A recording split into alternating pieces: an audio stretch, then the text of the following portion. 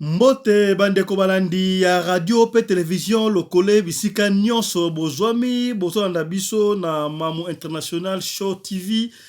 bozolanda biso na tolobela vie epai ya Papi Gen et puis awa na radio le télévision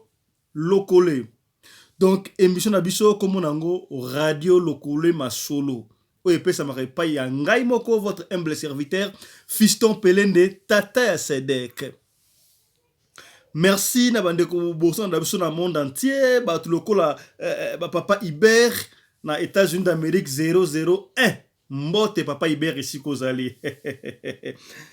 lelo lisolo zali nini epesi pasi lisolo ya lelo kaka ba camarade na bipira zalaka te pire koma pirate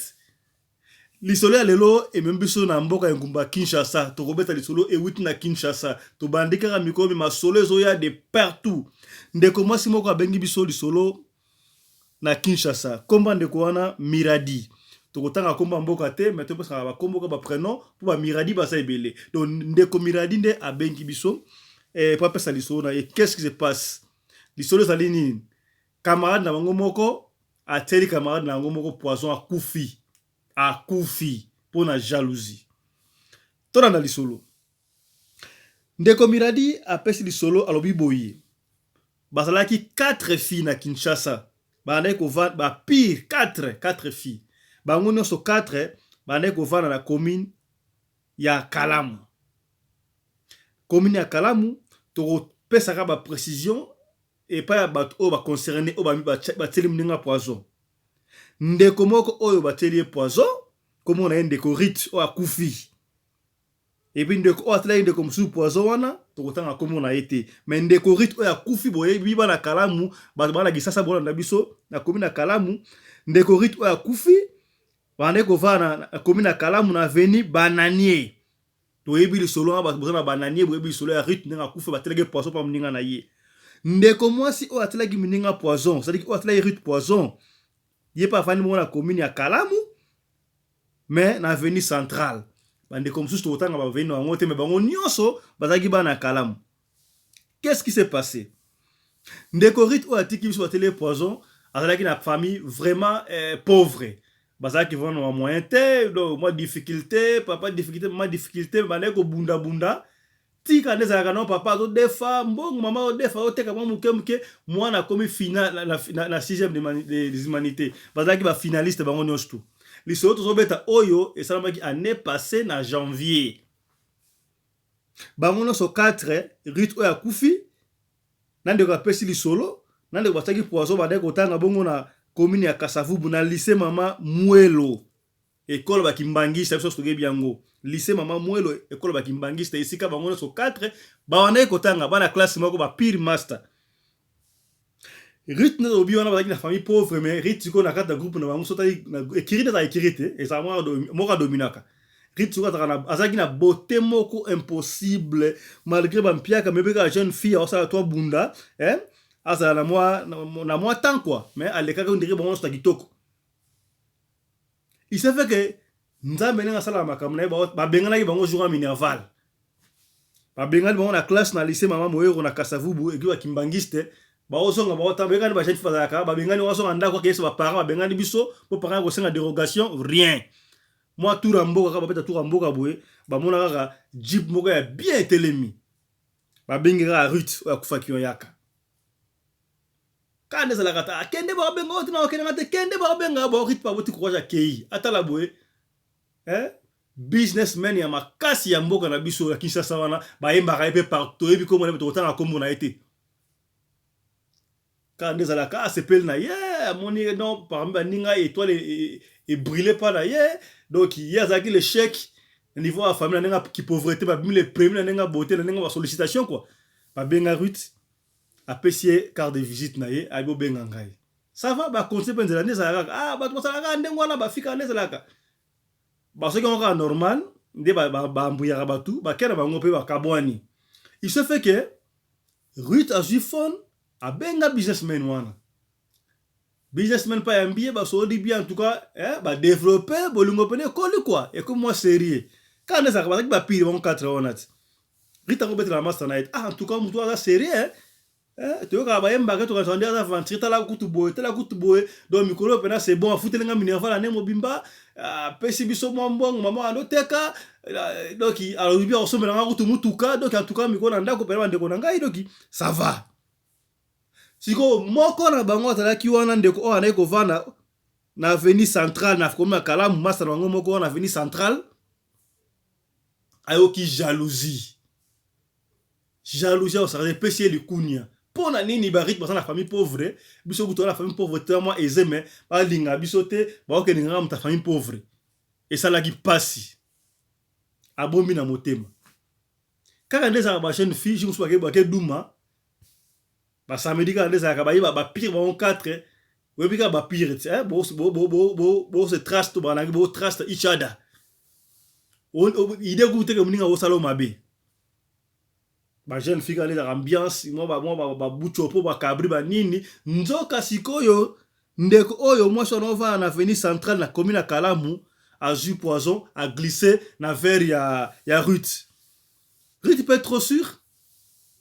Amélie masanga ba lepe nyoso tout normal ali ba panzani pe Rita comme na ndako be moto ko sakana te moto mupepe mutema moete qu'est-ce qui ne va pas nini mutema boye ba komaka boye Rita kufi mala moko ebika ba poisson qui ne mumela te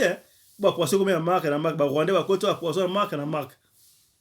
Rita kufi e panza ina Kalamu lisoto obeta ba la Kalamu ebi bana ya komina Kalamu ebi solo ya Rita auto kufa oyo muninga tela ke poisson muninga na yate muninga poisson afana na avenue centrale na komina Kalamu Rita kufi afana na avenue aleko vana avenue bananier et India kosakana te ba parents Rita babenga les trois masters oh to ebité to c'est qui bien to qu'est-ce qui s'est passé to ebité ba bengi pe oh ate minga pasa ebito ebité bon Rita kufi kana za no matanga iningani ya kosakana te Rita kufi bu matanga pe ale mobile na epi wana soi-disant fiancé chéri aye basali makambutu bakundi pe Rita sikoyo ba Ruth ne ba lion basa ba yo ba basa ba yombe ne to yebi batika alikambala moko te papa bakita lobi na kotika mwana nga mukolo bakokende boye te na souffrir pour na mwana oyo na défi ba mbongo na futi minerval ato diplôme akende kaka boye jamais pour tout le monde atika alikambu te surtout ba yombe boyebi ake kotalisa boye ebimi ba net que non camarade na ye oyo afana na avenue centrale kana Kalamu atela ki poison indi siko Rite penenga aliwa omoni batu basaka ba esprit Rite pas mu esprit ma kile mu balia ekenda ndengo ante ma kile wane ko tablo siko o atikala ko muninga na ye ono fa na avenue centrale wana culpabilité za ina kati na ye de wali ko gêner ko saka te mutema pasi entre te ba pa Rite ba yebi kile no muninga na bango songolo o avenue centrale telage poison baki ko funda l'état l'état pas hier c'est pour ça na preuve non il y a télé poison moi pas le bagé ngangezate ba ko kana ba nesa la rata umukamate ba jupe muninga ya Rite ono fa na avenue centrale ba kena et tant ba tuni wana Rita wangana te pardon muninga ne o ya Rita wangana te o ata poison andimi abi non ngana tsa Rite poison pour na tono ka na beti solo wana ngesala nga mutema be po ani ba Rite ba pauvre mais na kati ya groupe bazota mutu azala mwa vie aisée bazota ngaite bazu ngaite pona nini ngakula saka na mbali te mbanga zo Rite yango na tela ki poison akufi epesi passe epesi mawa Rite akufi makambo kelet na tribunal ba sami na parquet ndeko wana o camarade Ruth o afala na avenue centrale na commune ya Kalamu ba condamné 10 ans de prison moi la mwasi wana donc 10 ans de prison azaki na 20 ans. Donc 10 ans de prison au mona âge ni bino mo sala calcul. Siko pona ni lesali ke to benga. Moko na bango atikala ki wana o apesi li solo. Jeune fille, ça a 19 ans, comme on a Miradi. Afandi kana commune na Kalamu na otanga venité. Oui. Abi azo mona ka ondire so alali, ondira mona Rita obi meraye. Azo lo bana makambo. Mais ndeko na ngai. Pona nini bo tika makambo ele ka boyi. Na lingi oyebisa na batu ba jeune fille ba jeune garçon ba yeba ba le traste mutute pire azalaka te tala ndenge muninga azalaki pire na ngai abomi ngai mpo na jalousie. Soki likambo ezali teyebaka kobomba secret wana azoloba nde na ndoto ndenge wana aza na raison. Toyebi te sikoyo balobaka musu balobaka soki moto akufi libela, musu balobaka non les morts ne sont pas morts bayaka. Est-ce que ndenge azoya wana eza ye ya solo to te sui mabe to za nzambe na azolota elongi na ye to ta bakoko na ye bakoko ya rite bazolota elongi ya rite bayaka kolobela moninga na ye to ndenge nini. De yango wana akangi amoni ke leki abitika na benga radio Lokole Masolo abeta lisolo pe panza na monde entier. Te osala ba jeune fille te ba kobomba sekele. Teba kobomba sekele. Ere moto finga ba Kongo balobaka te. Lukengu bazaka na réseau ya moko. Tala lelo yo soki Ruth alobaki te soki a dévoilaki ba secret na été peut-être ngo za l'envie. Mais puisque alingi ki pire atrastaki bandeko na ye baninga o bakomi mandeko abetel bango lisolo tala ne sukeliye Ruth na samabele. Donc lisolo to beti oyo et salami bongo na commune ya Kalamu na lobi nda pese biso lisolo moko ya camarade pire ya moko na 4 moko na miradi o atikali oyo muninga na bana komonde la ye. Donc asana besa basungi na balisungi na bino bokoma ba commentaire bo sala bien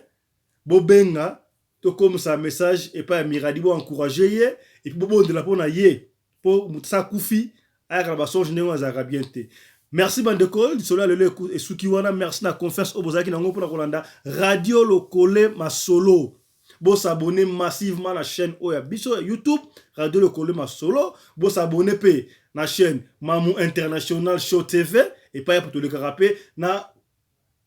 Tolo la vie officielle. Donc tous les moutons la lisolo repè sa biso bo benga biso na numéro na biso plus 27 67 64 320 85. Donc tokuta lisolo lobby tokuta na lobby pona lisolo mususu ya sika. Lisolo to robeta lobby eza somo bandoki bakomi na jobu to kozonga na jobu. Ndoki bana atopumba ba pumwa na sasa na jobu akoi awa na Yoville to robeta ngo lobby. Restez branchés. Merci et à la prochaine. Chap chap et tchara.